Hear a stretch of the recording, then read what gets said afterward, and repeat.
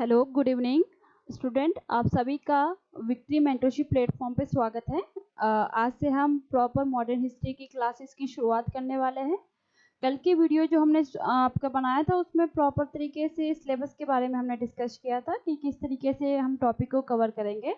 आज से हमारा जो टॉपिक रहेगा वो यूरोपियन कंपनियों से रहेगा, लेकिन यूरोपीय कंपनियों के भारत में आगमन से पहले कुछ हम ऐसी परिस्थितियों के बारे में देखेंगे कि जिससे वो एंटर हो रही थी उस समय भारत की स्थिति क्या चल रही थी। आपको पता है कि जब यूरोपियन कंपनियां आपकी 15वीं सदी में एंटर हो जाती है, यानी कि 1498 में वास्को डी गामा आपके भारत में समुद्री मार्ग से प्रवेश करते हैं, तो उस समय आपके भारत में मुगल सत्ता चल रही थी। तो किस तरीके से भारत की स्थितियां थी और आपके विदेश कंपनियों ने एक एक करके कैसे भारत में एंटर किया और किस तरीके से आपकी वो कंपनियां जो है एक तरीके से एंड में मजबूत होती चली जाती है। प्रॉपर तरीके से थोड़ा बहुत हम ओवरव्यू लेंगे एक बार उस भारत की परिस्थिति को लेके, ताकि आपको ये समझ में आएगा कि धीरे धीरे किस तरीके से हमारे मुगल सत्ता एक तरीके से खत्म होती जाती है और भारतीय राजाओं की कमजोरी को देख के कैसे कंपनियां जो है वो भारत पे हावी होने लगती है। तो चलिए शुरुआत करते हैं आज से हमारा नए टॉपिक से। अगर आपको कोई भी प्रॉब्लम आ रही है समझने में या आपको कोई समझ में नहीं आ रहा टॉपिक, तो आप कमेंट सेक्शन में अपना जो भी क्वेश्चन मार्क है वो कीजिएगा, ताकि हम आपका इसको नेक्स्ट क्लास में सॉल्यूशन करके बता सकते हैं। तो सबसे पहले हम ये देखेंगे कि आपकी 15वीं से 16वीं सदी का दौर आपको पता होगा कि आप यूरोप में भी देखेंगे कि यूरोप में उस समय धर्म को लेके बहुत ही अंधविश्वास था। ऐसा नहीं है कि भारत में ही धर्म को लेके हमेशा अंधविश्वास रहा है, यूरोप काल में भी आपके जो धर्म को लेके इतनी सारी वहाँ पे मान्यताएं फैली हुई थी कि धीरे धीरे लोगों ने आपके वहाँ पे एक तरीके से राजा का इतना प्रभुत्व हो जाता था कि लोगों ने वहाँ की प्रजा ने कहीं ना कहीं ये सोचा कि नहीं, आपको आगे क्या काम करना चाहिए जो आपकी परिस्थितियों को देखते हुए। तो वहाँ पे एक आपका धर्म को लेके और वैज्ञानिक दोनों ही अलग अलग चल रहे थे। तो उसी तरीके से आपके यूरोप में कहीं ना कहीं आर्थिक स्थिति को लेके ये दौर आया कि वो भारत में एशिया में एंटर हुए थे। तो हम आगे इसके बारे में सब देखेंगे कि किस तरीके से कंपनियां आपके समुद्री मार्ग से प्रवेश करती है। तो सबसे पहले हम देखेंगे कि 15वीं सदी के अंत में भारतीय व्यापारिक उद्देश्यों से यूरोपीय कंपनियों का भारत में प्रवेश हो जाता है। और उस समय भारत में जो केंद्रीय सत्ता थी वो किसकी थी? आपकी मुगल काल की सत्ता चल रही थी, जो उस समय आपकी मजबूत थी। और इन्हीं यूरोपीय कंपनियों ने केंद्रीय सत्ता के अधीन अपने व्यापारिक गतिविधियों को प्रारंभ कर दिया था। इसके बाद में एक और जहाँ केंद्रीय मुगल सत्ता कमजोर होने लगी, तो दूसरी ओर इन विदेशी कंपनियों की शक्तियों में वृद्धि होने लगती है धीरे धीरे, क्योंकि जो मुगल काल के आपके जितने भी शासक थे या भारतीय राजा थे, उन्होंने कभी भी समुद्री मार्ग की तरफ ध्यान नहीं दिया था या समुद्री सेना कभी बनाने का प्रयास नहीं किया था। तो इस तरीके से यूरोपियन कंपनियां कहीं ना कहीं समुद्री मार्ग में अपनी सेना मजबूत बना चुकी थी। उनको कहीं ना कहीं टेक्नोलॉजी का बहुत ज़्यादा ज्ञान था, जितना कि भारतीय लोगों को नहीं था, इसलिए वो धीरे धीरे एक तरीके से मजबूत होती जाती है। इसमें भारतीय देशी रियासतें तात्कालिक परिस्थितियां, विशेषकर 18वीं सदी की परिस्थितियों ने अपने यहाँ पे उल्लेखनीय भूमिका निभाई थी, जिस समय यूरोपीय कंपनियां एंटर होती है। और फिर अंत में आपको पता है कि मुगल सत्ता तब कमजोर होती है जब औरंगजेब की मृत्यु हो जाती है। आप सभी को पता है कि 18वीं सदी यानी कि आपके औरंगजेब की मृत्यु जो है वो 1707 में हो जाती है। तो उसके बाद में आपके सत्ता को लेके उन्हीं के बेटों में कहीं ना कहीं युद्ध होते हैं राजगद्दी को लेते हुए, ठीक है। और इसी परिस्थिति का लाभ उठाते हैं, कौन लाभ उठाती है? आपकी सारी कंपनियां, जो आपके यूरोपियन कंपनियां आती है, और राज्यों को स्वयं को स्वतंत्र घोषित कर दिया जाता है, जो दिल्ली में स्थित मुगल सम्राट के अधीन पहले सारी सत्ताएं थी। उसके बाद में हम देखेंगे कि कैसे बंगाल, अवध, मराठा, राजपूत जैसे शासकों ने स्वयं को केंद्रीय शासक के वास्तविक नियंत्रण से मुक्त कर दिया था। और फिर मुगल साम्राज्य की शक्ति जो थी एक तरीके से बहुत ही कमजोर हो चुकी थी, और उसमें राजनीतिक एकता जो थी वो बिल्कुल ही लोप हो गई थी। और विभिन्न प्रांतों के जितने भी सूबेदार थे वो केंद्रीय सत्ता के प्रभाव से मुक्त होकर स्वतंत्र राज्यों की स्थापना उन्होंने कर ली थी। यानी कि जैसे ही औरंगजेब की मृत्यु हो जाती है तो एक तरीके से मुगल काल बिल्कुल ही विलुप्त हो चुका था। उसकी जो जितने भी आपके राजपूत थे, मराठा थे, सिख थे, इन्होंने अपने आप को स्वतंत्र घोषित कर लिया था। तो अपने जो मुगल काल से एक तरीके से सारा इनका जो प्रभाव रहता था पहले, वो सारा इन लोगों के मुक्त हो चुका था। उसके बाद में हम आपके देखेंगे कि मुगल साम्राज्य के पतन के समय भारत की जो स्थिति थी वो अत्यंत ही समृद्ध थी, लेकिन भारत में पुर्तगाल, ब्रिटिश, डच, फ्रांस, ये सारी की सारी कंपनियां जो है वो आपके व्यापार के उद्देश्य से आगमन कर लेती है। यानी कि जिस समय मुगल सत्ता काल चल रहा था तब तक भारत की जो स्थिति थी वो एकदम मतलब अच्छी स्थिति थी। क्यों? क्योंकि उस टाइम पे आपका जितना भी आर्थिक उद्देश्य से काम किए जा रहे थे तो वो यूरोपीय कंपनियां पहले एंटर नहीं हुई थी ऐसी। लेकिन जैसे ही आपको पता होगा कि वास्को डी गामा जब 1498 में आपके भारत कालीकट के रास्ते से पहुंच जाते हैं तो उसके बाद में वो जिस जहाज से आए थे उसमें वापस जब वो माल भर के लेके जाते हैं भारत से तो उसका 60 गुना वो कमाते हैं।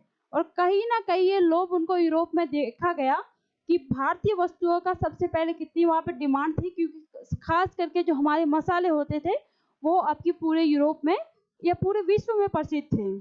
ठीक है, तो इसी माध्यम से एक एक कंपनियां आपके धीरे धीरे एंटर होती है और भारत की स्थिति को दयनीय करती जाती है धीरे धीरे।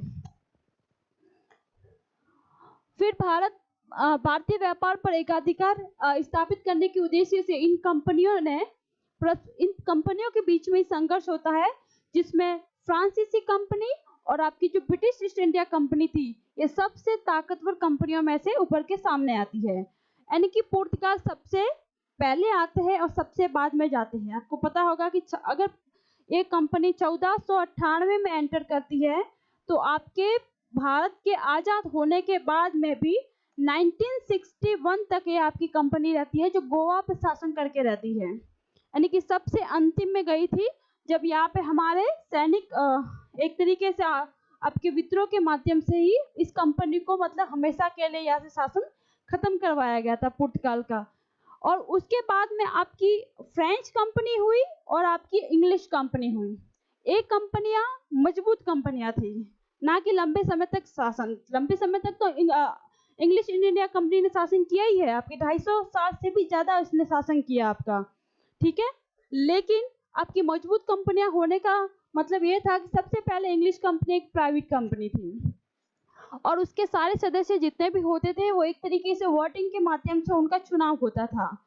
तो उसमें सबके शेयर जो होते थे वो बांटे रहते थे, इसलिए उन्होंने सबसे पहले अपने बिजनेस पे ध्यान दिया था, ना कि फालतू के कामों में के राजनीतिक मामलों में वो उलझते थे। ठीक है, और इसी तरीके से फ्रांस कंपनी भी अच्छी थी, लेकिन ये आपको पता है कि ये गवर्नमेंट कंपनी थी। डुप्ले का नाम आप लोगों ने सुना होगा, जो सहायक संधि के लिए जाना जाता है भारत में, जो सबसे पहले सहायक संधि की उसने शुरुआत की थी।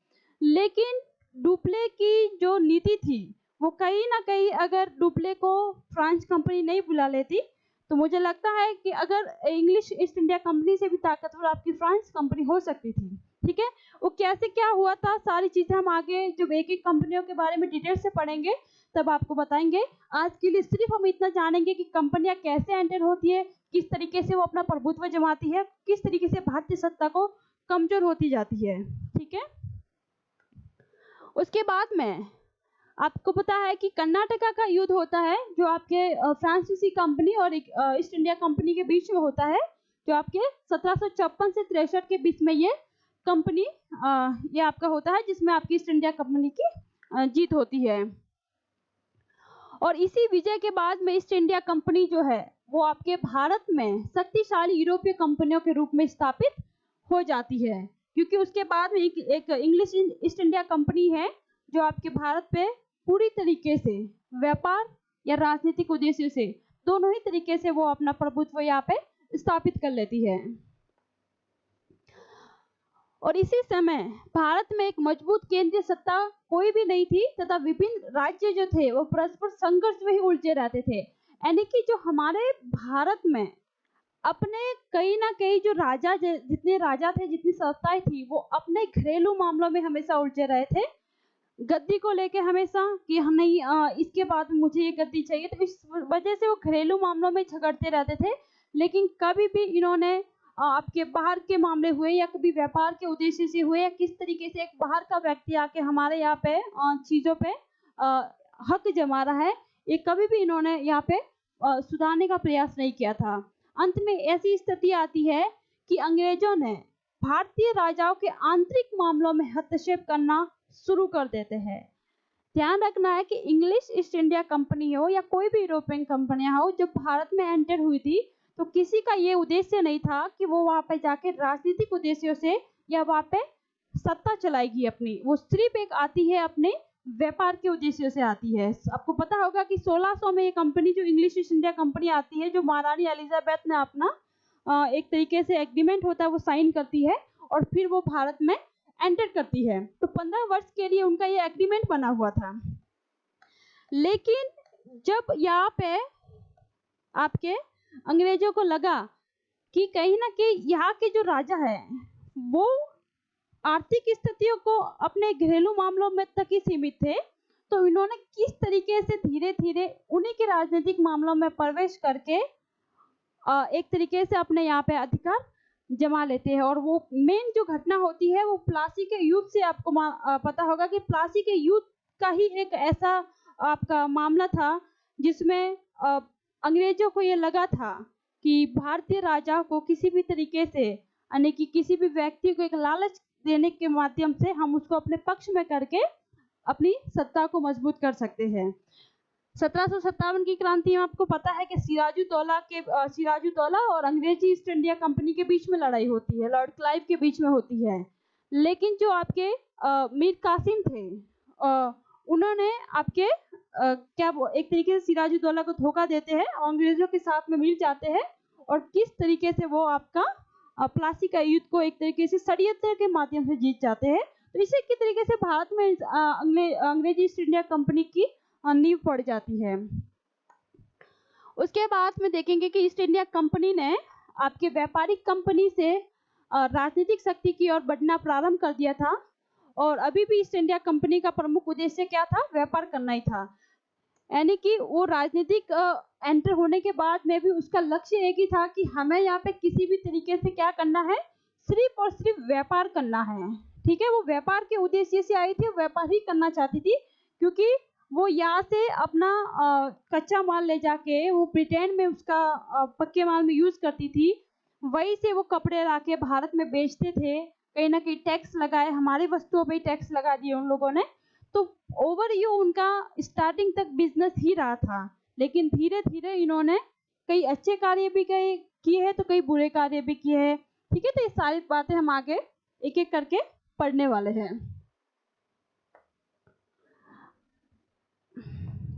अब देखेंगे कि जो भारत में यूरोपीय कंपनियों का आगमन हुआ था तो उस समय मुगल शासक और यूरोप में पुनः जागरण का दौर चल रहा था। यानी कि भारत में मुगल सत्ता स्थापित थी तो यूरोप में आपके पुनः जागरण का दौर चल रहा था और भारत अपने मध्य काल में था जबकि यूरोप अपने आधुनिक काल में था। यानी कि आपके यूरोप में पूर्ण जागरण का मतलब ही था कि लोगों को एक तरीके से इतनी सोच समझ में आ गई थी कि अपनी धर्म निष्ठा से दूर होकर वो कहीं ना कहीं आगे बढ़ना चाह रहे थे। ठीक है,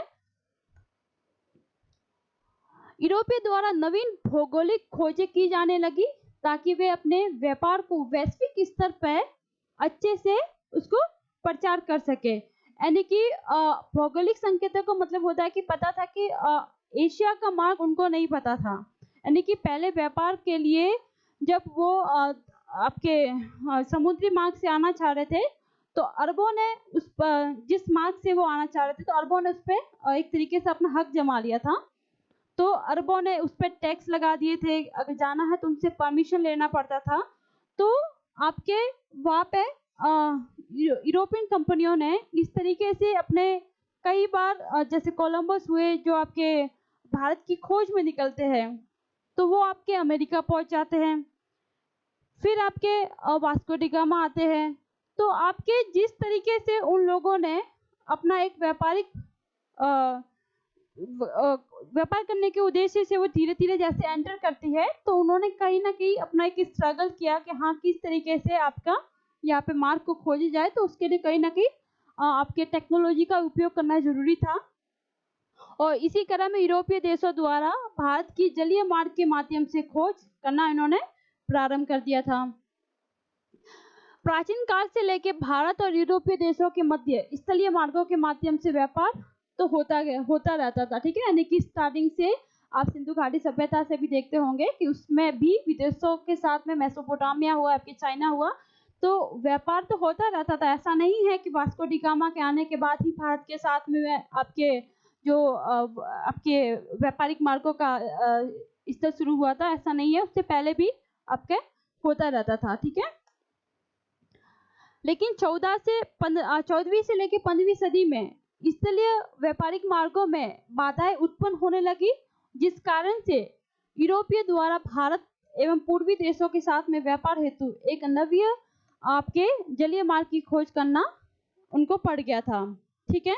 उसके बाद में देखेंगे कि आपके यूरोपीय देशों द्वारा नवीन जलीय मार्गों की खोज क्यों की और इसकी जरूरत उनको क्यों पड़ी थी। तो कस्तूनिया पर जो था वो अरबों का एक अधिकार था आपका, ठीक है। मैंने आपको जैसे अभी थोड़ी देर पहले बताया था कि आपके व्यापार के लिए अरबों ने समुद्री मार्ग पर एक तरीके से अधिकार कर लिया था। तो कस्तूनिया एक नाम जगह थी जहाँ पे अरबों ने अधिकार कर लिया था। और कस्तूनिया को आपको आधुनिक इस्तांबुल यानी कि जो आपकी तुर्की की कैपिटल है, वही एक आपका कस्तूनिया था जिस समुद्री मार्ग से वहाँ पे आपका व्यापार किया जाता था। तो यूरोप के पूर्वी भाग में तुर्की के अंतर्गत ये पूरा भाग आता था। 1453 के मध्य में एशिया के अरबों ने कस्तूनिया पर अपना एक अधिकार जो था वो क्या कर लिया था, स्थापित कर लिया था, ठीक है। ये देखिए ये आपका टर्की है। और पहले जब आपकी यूरोपियन कंपनियों को एंटर होना पड़ता था, तो ये यूरोपियन कंपनियां थी, जैसे यूरोप था, तो यहाँ से इस तरीके से माध्यम से इनको आना पड़ता था, भारत में एंटर होना पड़ता था। लेकिन यहीं पे अरबों ने क्या कर लिया था, इन्होंने यहाँ पे कर लिया था अपना अधिकार, यानी कि वो जाने नहीं देती थी कंपनियों को। कई टैक्स के माध्यम से कभी युद्ध हो जाते थे उनके बीच में। तो जब उन्होंने इस मार्ग को एक तरीके से ब्लॉक कर दिया था, तो जितनी भी यूरोपीय कंपनियां थी उसमें से पुर्तगाल जो वास्को डी गामा आपके आए थे, तो वो यहाँ से घूम के आए थे, इस मार्ग से ऐसे एंटर हुए। और फिर ये भारत का आपका केरल है जहाँ पे आपके कालीकट के तट पे वहाँ पे आपके पहुँचते हैं, ठीक है। तो ये आपका बहुत ही एक लंबा सफर था, इसलिए इनको बहुत ज्यादा टाइम भी लगा था इस मार्ग से आने में। लेकिन धीरे धीरे आपका ये जो मार्ग था, इस मार्ग से सारी कंपनियां जो है वो एंटर होना शुरू कर देती है, ठीक है।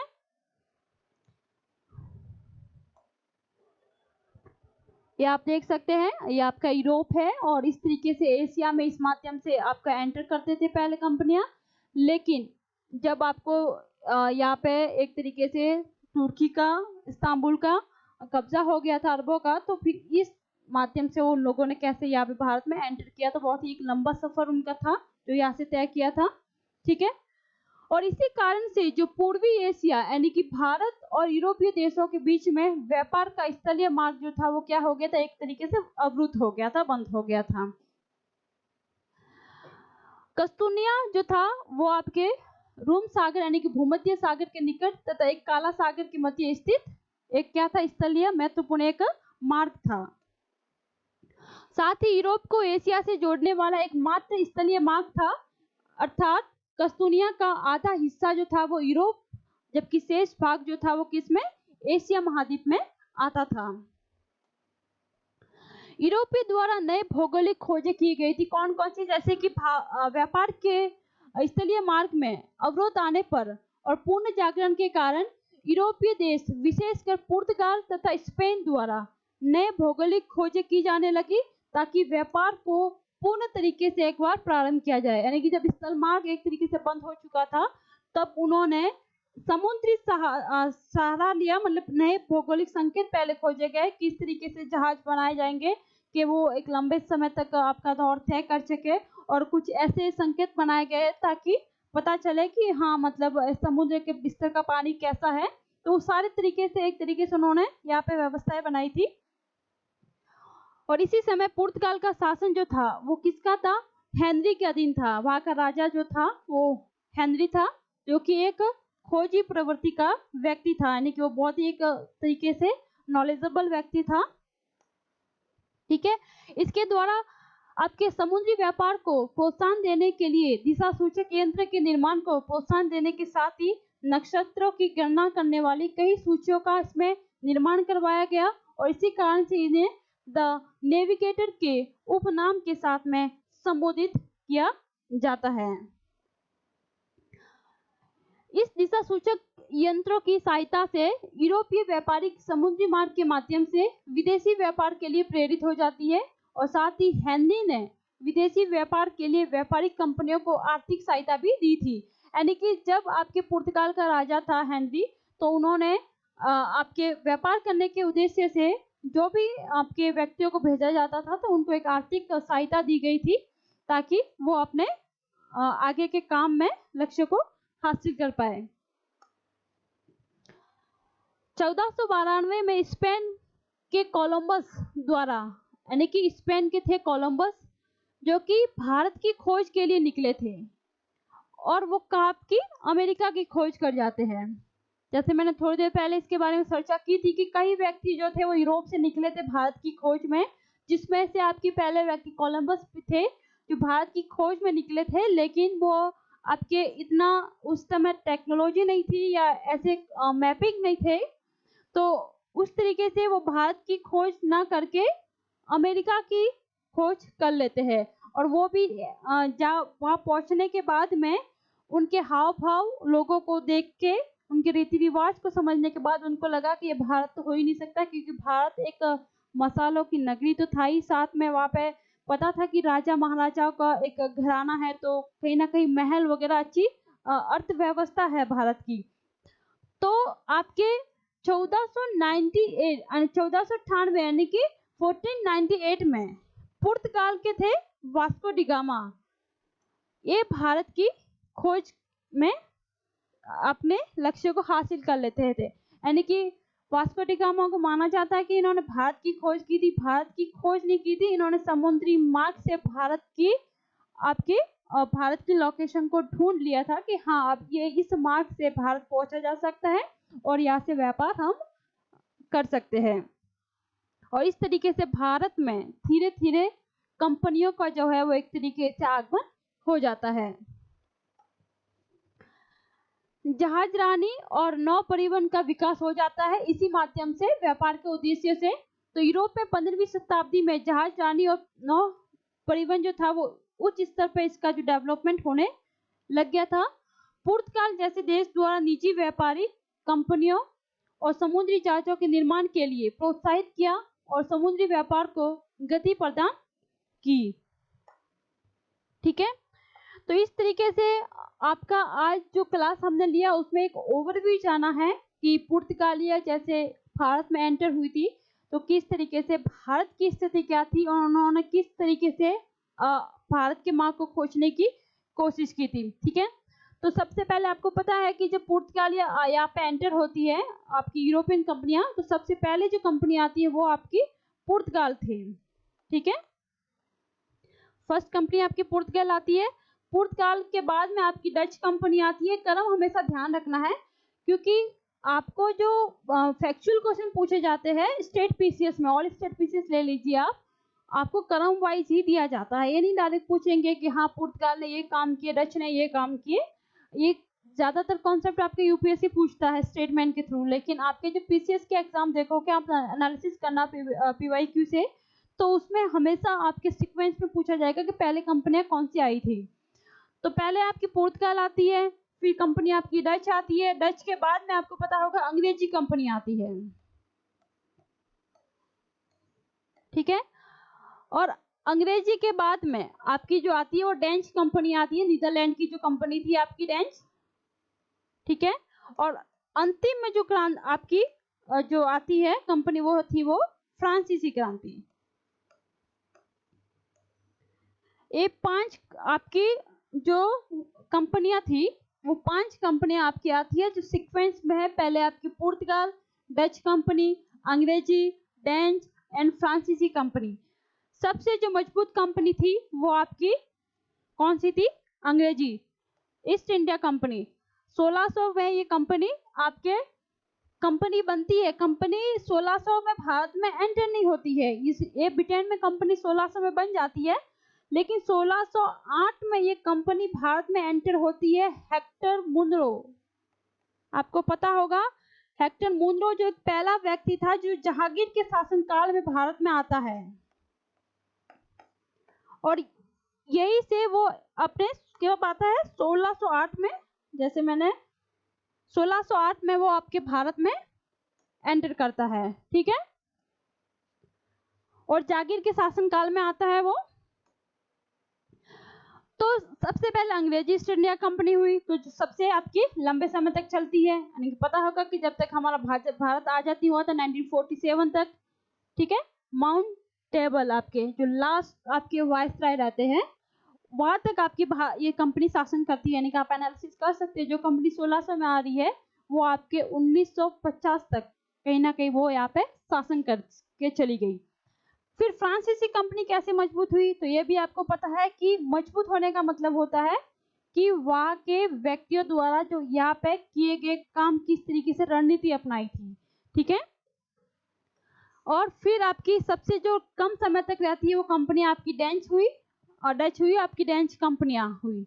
और जो भारत में लंबे समय तक रहती है वो है आपकी पुर्तगाल की कंपनी, ठीक है, जो आपके 1498 में कंपनी आती है। वास्को डी गामा पहले भारत आते हैं और 1961 तक ये कंपनी जो है वो गोवा में अपना शासन बनाए रखती है, ठीक है। तो आज भी पता होगा कि आप अगर गोवा में जाएंगे तो कहीं ना कहीं आपको पुर्तगाल के लोग वहां पे बहुत ज्यादा मिलेंगे, ठीक है। तो इस तरीके से हम कल से जो प्रॉपर क्लासेस लेंगे वो आपके फर्स्ट कंपनी पुर्तगाल पढ़ेंगे। पुर्तगाल को पूरे डिटेल में पढ़ेंगे और एक फैक्चुअल तरीके से पढ़ेंगे ताकि आपको सीधे कॉन्सेप्ट क्लियर हो सके और किसी भी एग्जाम में अगर आपको क्वेश्चन आ रहा है तो आप उसको डायरेक्टली सॉल्व कर सके।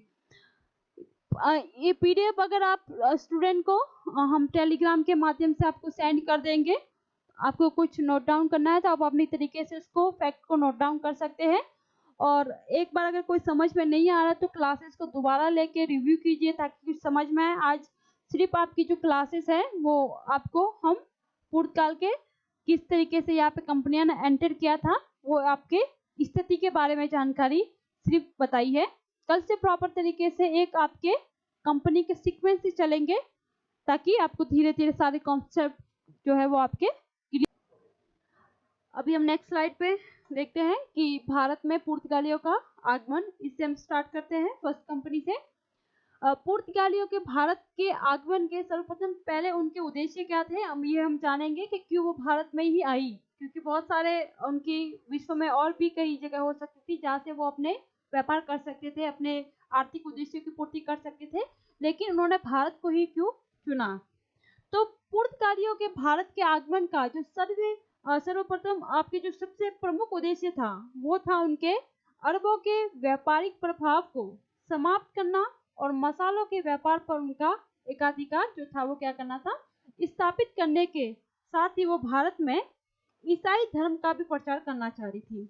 ईसाई धर्म का प्रचार वो इसलिए करना चाह रही थी ताकि अगर उनके कुछ ज्यादा लोग यहाँ पे हो जाएंगे तो वो व्यापार पे अपने अच्छे से एकाधिकार को जमा सकते हैं या अच्छे से वो अपने व्यापार को और कर सकते हैं।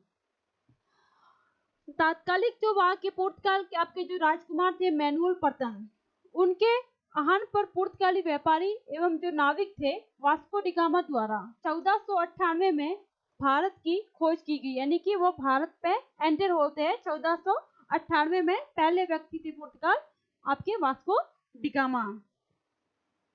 वास्को डी गामा गुजराती व्यापारी अब्दुल मजीद इनकी सहायता से कैप ऑफ गुड ऑफ होते हुए वो कालीकट के तट पर स्थित कथाप डाबू नामक एक स्थान पर पहुंचते हैं। कौन पहुंचते हैं? Vasco D gamma.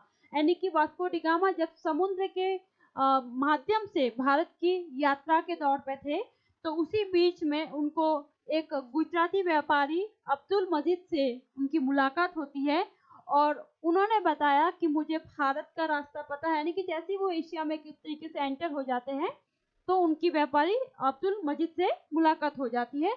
तो तब उन्हीं की सहायता से आपके कालीकट तट पर वो यहाँ पे कताक डाबुस्तान पर पहुंचते हैं और केप ऑफ गुड होप की खोज थी वो पुर्तगाली नाविक बार्तोलोमा डियास द्वारा की गई थी। यानी कि पुर्तगाल से जितने व्यक्ति भारत की खोज के लिए निकले थे उसमें से आपको पता है एक व्यक्ति था, वो था कोलंबस। ठीक है, तो कोलंबस जो था वो आपके कहा जाते हैं यूएसए यानी कि अमेरिका पहुंच जाते हैं खोज करते करते। अब एक व्यक्ति है बार्तोलोमा डियास। बार्तोलोमा डियास जो है वो आपके जो केप ऑफ गुड होप तक ही पहुंच पाए थे और वहीं से उनको जब आगे कोई मार्ग नहीं दिखता है तो वो आपके रिटर्न हो जाते हैं वापस ही यूरोप में। ठीक है, ये देखिए जैसे कि आपके सामने एक मैप के माध्यम से मैं बता रही हूँ कि किस तरीके से वो यहाँ पे इस तरीके से वो अपने मार्ग के लिए निकलते हैं। ठीक है, और आपके इंडिया तक कैसे वो पहुंचते हैं। ठीक है, कालीकट के राजा थे जमोरिन। वास्को डिगामा का स्वागत किया उन्होंने और भारत में पहुंचते ही जो अरब व्यापारियों द्वारा जमोरिन के इस कदम का इन्होंने क्या किया था, विरोध किया था। यानी कि पहले से ही जो अरब लोग वहां पे अपना अधिकार जमाए बैठे थे उन्होंने जमोरिन का विरोध किया था वास्को डिगामा के स्वागत पे। वास्को डिगामा जब पुर्तगाल वापस लौटा तो भारत से जो भी मसाले लेके गया था उसका 60 गुना उसको प्रॉफिट हुआ वहां पे, जब उन्होंने वहां पे मसाले अपने देश में बेचे तब। और इसी तरह से अन्य पुर्तगाली व्यापारी भी भारत के आगमन के लिए आकर्षित हो जाते हैं। यानी कि जब इन्होंने वास्को डिगामा की यहाँ से 60 गुना अधिक मूल्य पर बेचे जाने पे जो प्रॉफिट देगा उससे सभी लोग वहाँ पे लाभान्वित हो जाते हैं और एक एक करके व्यक्ति वहां से रवाना होते हैं भारत में अपने मसालों के लिए या व्यापार के उद्देश्य से। इसी क्रम में 1500 में पेड्रो अल्वारेज और कैब्राल भारत आने वाला एक दूसरा पुर्तगाली व्यापारी था। पहला व्यक्ति था आपका वास्को डिगामा जो 1498 में आते हैं और दूसरा व्यक्ति आपको नोट डाउन करना है जो थे आपको पेड्रो अल्वारेज कैप्रोल। ठीक है, और 1502 में वास्को डिगामा फिर भारत आते हैं आपके और इस प्रकार पुर्तगाली व्यापारियों के भारत का आगमन का जो क्रम है वो प्रारंभ हो जाता है। तो सबसे पहले आपको ये नोट डाउन करना है कि 1498 में 1498 में आपके वास्को डिगामा ये आपके प्रथम क्या थे, प्रथम व्यक्ति थे जो आपके भारत आए थे। ठीक है,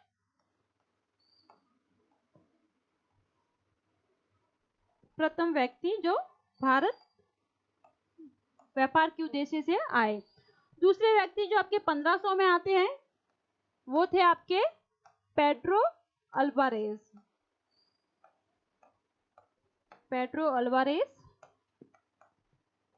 ठीक है, जो भारत आता है पुर्तगाली व्यक्ति था। और फिर आपके जो 1502 में वापस आपके जो है वो वास्को डिगामा भारत आते हैं। तो ये क्रम हमेशा याद रखना है क्योंकि कभी बार व्यक्तियों के बारे में क्रम पूछ लिया जाता है। इसके बाद में वो एक तरीके से अपने गवर्नर बना के भेजते थे ताकि, क्योंकि धीरे धीरे जब इन्होंने यहाँ पे भारत में अपना व्यापार करना शुरू कर दिया था तो उनकी कंपनी कहीं ना कहीं धीरे धीरे एक तरीके से मजबूत होती जा रही थी। तो वहां से एक अच्छे से व्यक्ति को लीड करने के लिए भारत में फिर भेजते थे। 1503 में पुर्तगालियों ने फिर कोची में अपनी एक व्यापारिक कोठी बनाई। ये सबसे इम्पोर्टेंट फैक्ट है जो आपको ध्यान रखना है कि पुर्तगालियों की जो सबसे पहले कोठी कहाँ बनाई गई थी, तो वो कोची में बनाई गई थी।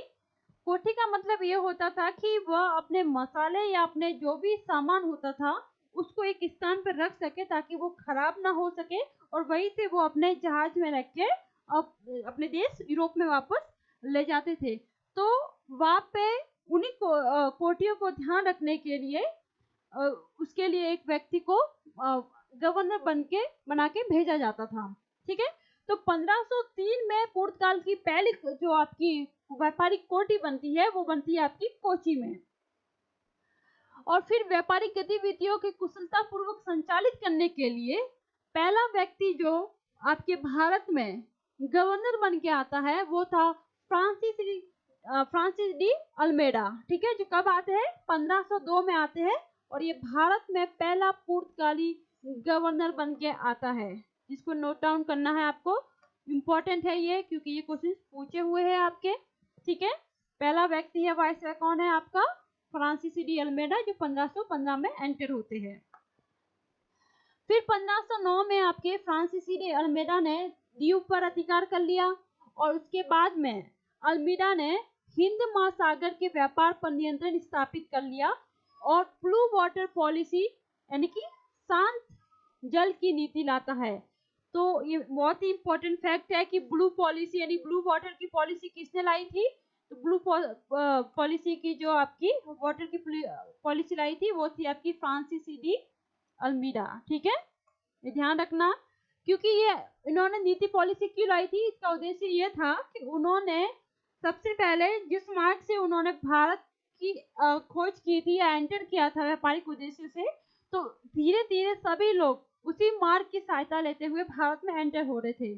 तो उन्होंने एक तरीके से उसी समुद्री मार्ग पे एक ब्लॉक बना दिया कि यहाँ से आप नहीं जा सकते, अगर जाएंगे तो आपको हमसे पहले परमिशन लेना पड़ेगा। उन्होंने एक कार्ड भी जारी किया था, यानी कि कार्ड का मतलब होता है कि एक उनको कार्ड दिया जाता था ताकि जहाज पे वो लोग साथ में लेके चले, ताकि पता चले कि हाँ इनको परमिशन मिला हुआ है कि नहीं मिला हुआ है। ठीक है, तो उस तरीके से जो ब्लू वाटर की पॉलिसी जो अपनाई थी यानी कि जिसने लाई थी वो थी फ्रांसिस डी अल्मेडा 1509 में।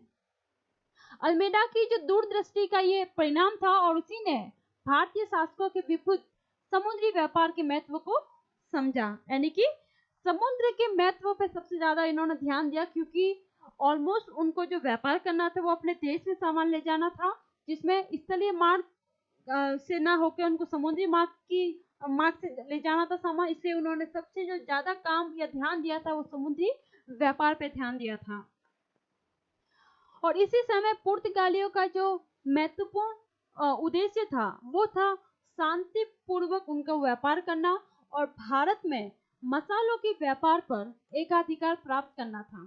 ठीक है, यानी कि एक तरीके से अपने उद्देश्य के लिए जाना, वापस व्यापार करना, ना किसी से एक तरीके से युद्ध करना, क्योंकि पहले पता है कि अरबों के साथ में व्यापार को लेके बहुत सारे युद्ध होते रहते थे। तो उन्होंने भारत को टारगेट बनाया था सिर्फ अपने व्यापार के उद्देश्य से। परंतु उन्होंने जो ब्लू वाटर पॉलिसी के माध्यम से समुद्र के क्षेत्र में पुर्तगालियों की व्यापारिक महत्वाकांक्षा को बढ़ा दिया और पुर्तगाली कंपनी ने भारत और यूरोप के मध्य होने वाले समस्त समुद्री व्यापारी पर एकाधिकार जो था वो स्थापित करने की रणनीति अपना ली थी। ठीक है, फिर आपके जो दूसरे आपके अल्फांसो डी जो अल्ब्रुक थे वो आपके दूसरे गवर्नर बन के भारत में आते हैं, जो फ्रांसिस डी अल्मेडा के बाद में ये 1509 में आपके भारत में आते हैं। ठीक है, कब आते हैं 1509 में भारत आते हैं, वाइसराय बन के नहीं, ये भारत में एंटर होते हैं। अल्फांसो डी अल्ब्रुक भारत में पुर्तगाली वाइसराय बनकर आया और अल्ब्रुक को भारत में पुर्तगाली साम्राज्य का वास्तविक संस्थापक माना जाता है।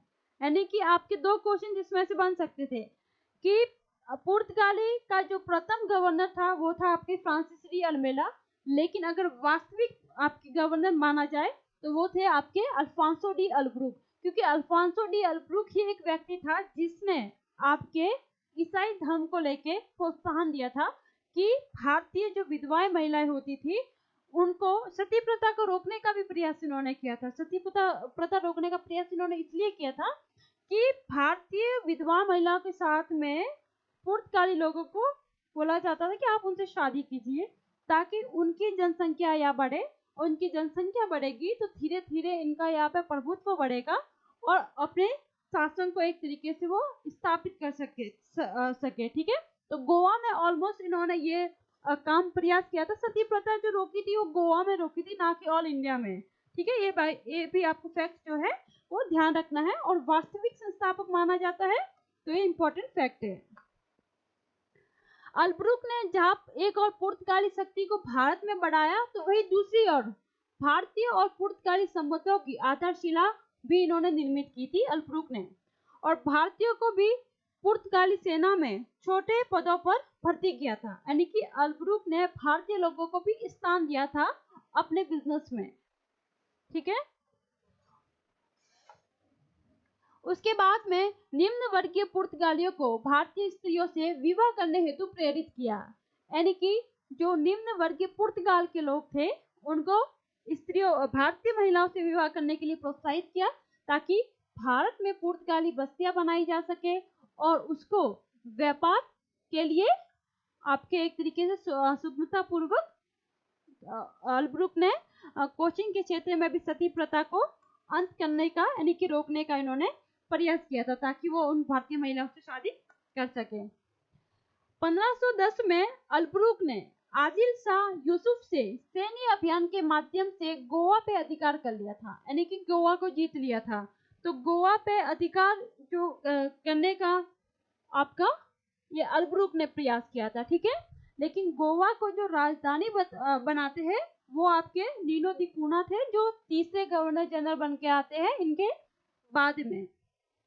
इसके अलावा अल्ब्रुक ने 1511 में आपके दक्षिणी पूर्व एशिया के महत्वपूर्ण क्षेत्र जैसे कि मलक्का, और 1515 में हार्मुज समुद्री क्षेत्र पर भी इन्होंने नियंत्रण कर लिया था। ठीक है, अब तीसरे जो गवर्नर बन के आते हैं वो थे आपके नीनो डी कूना। ठीक है, ये आपका तीसरा व्यक्ति था, नीनो डी कूना। अल्ब्रुक के बाद में कूना भारत में पुर्तगाली था, जो 1529 में भारत में गवर्नर बन के आया। और कूना ने भारत में पुर्तगाल की जो राजधानी थी वो कोची को चेंज करते हुए गोवा को बनाया। तो ये बहुत ही इंपॉर्टेंट फैक्ट है, ध्यान रखना है कि पुर्तगाली की जो कोची की राजधानी को बदल के गोवा को राजधानी कौन बनाता है, कौन गवर्नर था, तो वो थे आपके नीनो डी कूना थे। ठीक है, उसके बाद में कूना ने सैंथोम यानी कि मद्रास, हुगली, बंगाल और दीव काठियावाड़ में पुर्तगाली बस्तियों की स्थापना की थी। यानी कि कूना ने 3 जगह बस्तियां बनाई थी, वो थी एक तो मद्रास की सैंथोम, हुगली की बंगाल और दीव काठियावाड़ में पुर्तगाली बस्तियां बनाई। ठीक है, जैसे कि भारत में पुर्तगाली की जो फैक्ट्रियों की स्थापना हुई थी उसका क्रम देखिए, 1503 में पहली कंपनी आपकी कोची में बनती है। ठीक है, प्रथम कारखाना, आप कारखाना या कोठी बोल सकते हैं। ठीक है, जो आपके उस समय 1503 में दूसरी बार कौन आते हैं, आपके वास्को डी गामा। इन्होंने पहली बार जो है आपके कोची में फैक्ट्री खोली थी 1503 में। फिर आपके 1505 में कुन्नूर में खोली जाती है, 1510 में गोवा में, 1534 में फिर आपकी चटगांव में जो बंगाल के क्षेत्र है आपके, 1535 में दीव पे अधिकार कर लेते हैं और 1559 में ये दमन पे भी अधिकार कर लेते हैं। यानी कि इस तरीके से इन्होंने हर जगह अपने कारखाने खोल लिए थे और वहां पे अपना एकाधिकार इन्होंने बना लिए थे। ठीक है, अब देखेंगे हम कार्टेज आर्मेडा काफिला पद्धति, ये क्या थी, बहुत ही इंपॉर्टेंट है। ये यूपीएससी ने इसका क्वेश्चन भी पूछा हुआ है, कई स्टेट पीसीएस के क्वेश्चन आए हुए हैं। तो पुर्तगालियों ने जब भारत के तटवर्ती क्षेत्रों सहित हिंद महासागर में अपनी स्थिति को मजबूत करने के लिए कार्टेज आर्मेडा पद्धति, काफिला जो पद्धति थी, इसका इन्होंने उपयोग किया था। और इस पद्धति को औपचारिक रूप से जो शुरू किया था वो आपके कब किया था इसका उल्लेख नहीं है, लेकिन सिर्फ इतना बताया हुआ है कि जो कार्टेज आर्मेडा काफिला पद्धति जो थी वो पुर्तगालियों ने इसकी शुरुआत की थी। ठीक है, समुद्री मार्ग में व्यापार करने के उद्देश्य से इन्होंने पद्धति अपनाई थी। जैसे मैंने अभी पहले भी बोला था आपको कि वो ब्लू वाटर की जो पॉलिसी अपनाई थी फ्रांसिस डी अल्मेडा ने, तो एक तरीके से अपने समुद्र पर एकाधिकार कर चुके थे ताकि दूसरी कंपनियां या दूसरे देश से आके कोई भी व्यक्ति अरब की तरह जैसे पहले उन्होंने अपने हक जमाए थे ऐसे कोई और हक ना जमा ले, बस इसी उद्देश्य से। ठीक है। और इसी पद्धति के तहत पुर्तगालियों ने भारतीय तथा अरब व्यापारियों की समुद्री जहाजों को बिना परमिट यानी कि कार्टेज बिना परमिट के अरब सागर में प्रवेश करने पर प्रतिबंध लगा दिया था। यानी कि जो आपकी कार्टेज प्रणाली अपनाई गई थी पुर्तगालियों के द्वारा, तो उन्होंने बिना परमिट के परमिशन समुद्री जहाजों को नहीं दिया था, वो अगर भारत के हो या वो अरब व्यापारी हो, दोनों को ही ये बोला गया था कि कोई भी अगर जहाज इस माध्यम से निकल रहा है तो उसको एक परमिट दिया जाएगा, परमिशन कार्ड दिया जाएगा, तभी इसको हम जाने देंगे, वरना इसको या तो वो लूट लेते थे या वहीं पे उस जहाज को नष्ट कर देते थे। ठीक है। और ये परमिट प्रणाली इतनी आपकी सुदृढ़ या मजबूत थी कि स्वयं मुगल सम्राट अकबर के जहाजों को भी अरब सागर में प्रवेश करने के लिए परमिट की आवश्यकता थी। यानी कि मुगल सत्ता उस समय चल रही थी जिस समय पुर्तगाल आए थे, तो पुर्तगाल आपके अकबर के जहाज को भी जाने के लिए परमिट की वहां पर रिक्वायर मांगी कि नहीं, आपको बिना परमिशन के उसके जहाज को भी जाने नहीं दिया जाएगा। ठीक है। अब देखते हैं कि पुर्तगालियों की भारत में सफलता के क्या क्या कारक रहे, पुर्तगालियों ने क्या भारत को देन दी है, इस सभी के बारे में आपको बताते हैं। जैसे कि पुर्तगालियों की सफलता के कारक क्या क्या थे। पहला कारक आपका पुर्तगाली शासन द्वारा सहयोग एवं समर्थन, नौसेना उनकी क्षमता हुई, कुशल और योग्य गवर्नर थे। जैसे आप पहले गवर्नर फ्रांसिस डी अल्मेडा, अल्बुरुक हुए, नीनो दी कूना हुए, ऐसे करके एक एक गवर्नर बन के आए। लेकिन इन 3 गवर्नर का नाम क्यों लिया जाता है, क्योंकि इनकी 3 गवर्नर की ही महत्वपूर्ण भूमिका रहती है जो आपके यहाँ पे भारत में व्यापार के उद्देश्य से भेजे गए थे।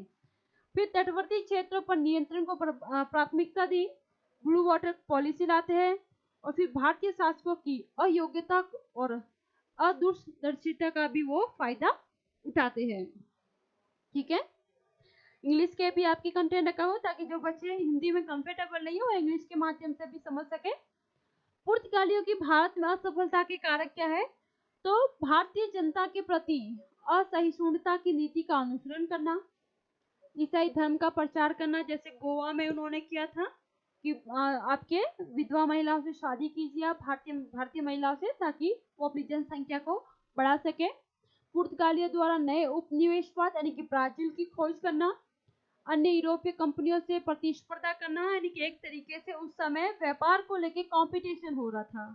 ठीक है, कौन कितना व्यापार करेगा, कहाँ करेगा, सब अपने अपने तरीके से युद्ध में एक तरीके से कंपटीशन में उस समय लगे हुए थे। भारत से प्राप्त लाभ का पूर्ण निवेश नहीं करना, यानी कि जो भी भारत से माल अपने देश में ले जाके बेचते थे, लेकिन इन्होंने कभी भी भारत पे डेवलपमेंट करने की या भारत पे ध्यान देने की कोशिश नहीं की थी। उन्होंने सिर्फ अपने उद्देश्यों की पूर्ति की थी। तो कोई भी कंपनी हो, पुर्तगाल हो, डच हो, इंग्लिश कंपनी हो, पुर्तगाल में सोने चांदी और तांबे की आपूर्ति में कमी होना। ठीक है, ये सब आपकी पुर्तगाली कंपनी की असफलता के कारण हैं। फिर पुर्तगालियों द्वारा भारत में व्यापार करने के लिए वस्तु विनिमय प्रणाली। वस्तु विनिमय प्रणाली का मतलब ये होता है कि पहले पैसों से व्यापार ना करके वस्तु के बदले वस्तु देना। अगर मैंने आपको एक पेन दिया है तो आप मुझे पेन दीजिए, ना कि इसके बदले मैं आपको पैसा दूं या आप मुझे पैसा दें। ठीक है, तो वस्तु विनिमय का मतलब वस्तु के बदले वस्तु देना। भारत से प्राप्त धन का प्रयोग नहीं किया जाता था, बल्कि इस हेतु पुर्तगाली स्वयं अपने देश से सोना, चांदी और तांबा लाते थे, और पुर्तगालियों की यह नीति उनकी भारत में असफलता का एक प्रमुख कारण बनी। यानी कि जो भारत से ये लोग माल ले जाते थे उसकी भरपाई कैसे करते थे, वो पुर्तगाल से सोने, चांदी और तांबे को लाके, और एक टाइम ऐसा आ जाता है कि वहां पे उनको ये कमी हो जाती है, क्योंकि भारत तो सोने की चिड़िया पहले से ही कहा जाता है, और मसालों का भंडार वो पहले भी था और आज भी है, लेकिन उन्होंने उसके बदले वहां से सोना चांदी लाके यहाँ पे अपने व्यापार की पूर्ति की। ठीक है। अब पुर्तगालियों की भारत को क्या देन थी, जैसे कि भारत में तंबाकू लाने का श्रेय जो है वो आपके पुर्तगालियों को ही जाता है। गन्ना हुआ, अनानास हुआ, पपीता हुआ, आलू हुआ, मक्के की कृषि हुई, ये सारे के सारे जो देन है वो पुर्तगालियों की देन है।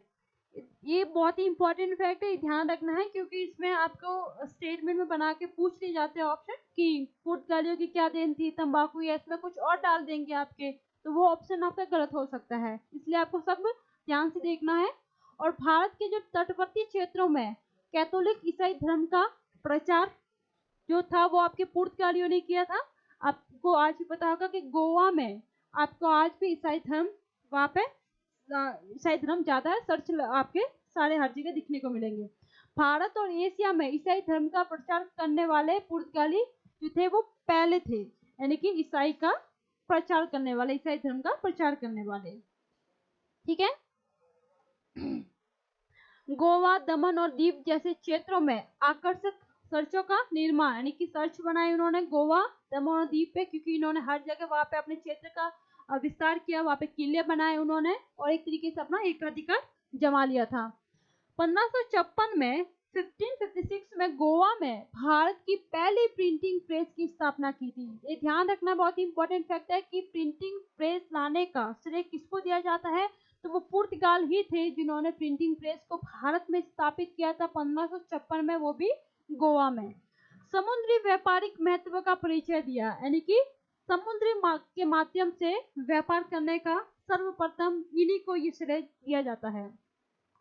समुद्री जहाज का निर्माण करने का परिचय दिया जाता है, क्योंकि ऑलमोस्ट सबसे पहले यही कंपनी आई तो इन्होंने अपने जहाज को मजबूत बनाने का प्रयास किया होगा, क्योंकि वो कोई एक दिन का सफर तो था नहीं, उनको एक ऐसे माध्यम, आपको पता है कि वर्ल्ड मैप मैं आपको मैंने जैसे पहले भी बताया, तो आपको जिनको डायरेक्ट यूरोप से एशिया के माध्यम से कराना था सॉरी, तो यहाँ पे अरबों ने पहले अधिकार कर लिया था, लेकिन उनको यूरोप के माध्यम से होके अफ्रीका और इस तरीके से वो एशिया में एंटर करते थे। ठीक है। तो इनको कहीं ना कहीं आपके लंबा सफर तय करने के लिए जहाज को मजबूत आपको करना पड़ा था। भारत में गोथिक और आपके विक्टोरियन स्थापत्य कला का भी जो आपका विकास है या उनकी देन है वो आपको पुर्तगालियों को दी जाती है। ठीक है। अब गोथिक या विक्टोरियन स्थापत्य कला क्या थी, तो ये थी आपकी ऊंची और तिकोनी इमारतें होती थी। गोथिक पतले और नुकीले आपके एक से अधिक शिखर होते थे।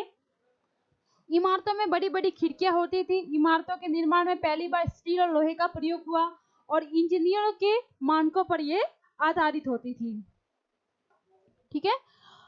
फिर औपचारिक रूप से गोवा, दमन और दीव जो आपके 1961 तक पुर्तगालियों के अधीन रहे थे, यानी कि जब ये कंपनी आपकी 1908 में एंटर होती है तो ये कंपनी जो भारत से हमेशा के लिए जाती है वो 1961 में जाती है, यानी कि देश के आजाद होने के बाद में भी इन्होंने यहाँ पे 20 साल से भी अधिक आपके शासन किया। ठीक है। शासन मतलब एक ऑलमोस्ट भारत स्वतंत्र हो चुका था, लेकिन कई राज्य मतलब थे जिनको अभी भी तो सैनिक विद्रोह के माध्यम से इस कंपनी को यहाँ से भगाया जाता है। फिर 1961 में 12वां संविधान संशोधन अधिनियम लाया गया और उसी के माध्यम से गोवा, दमन और दीव को एक आपका यूटी बनाया गया, यानी केंद्र शासित प्रदेश का दर्जा दिया गया है उनको, और फिर औपचारिक रूप से भारतीय संप्रभुता के अंतर्गत इनको शामिल कर लिया, यानी कि हमेशा के लिए ये अपने भारत के अंडर में आ गई।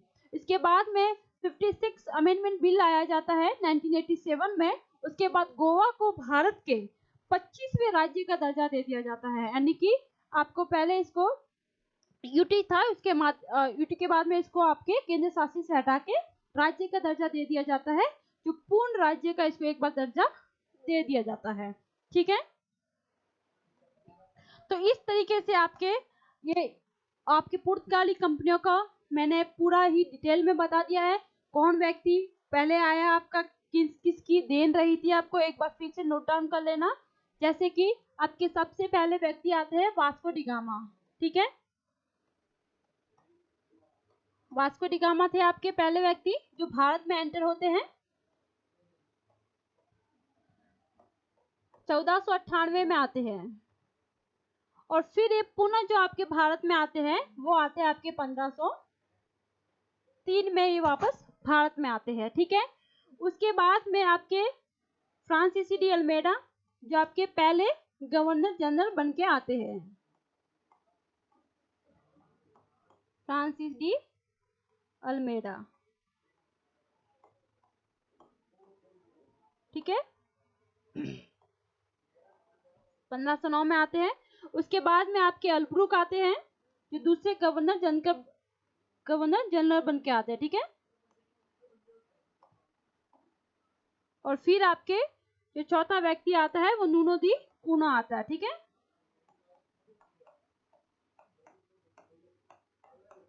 नूनो दी कूना।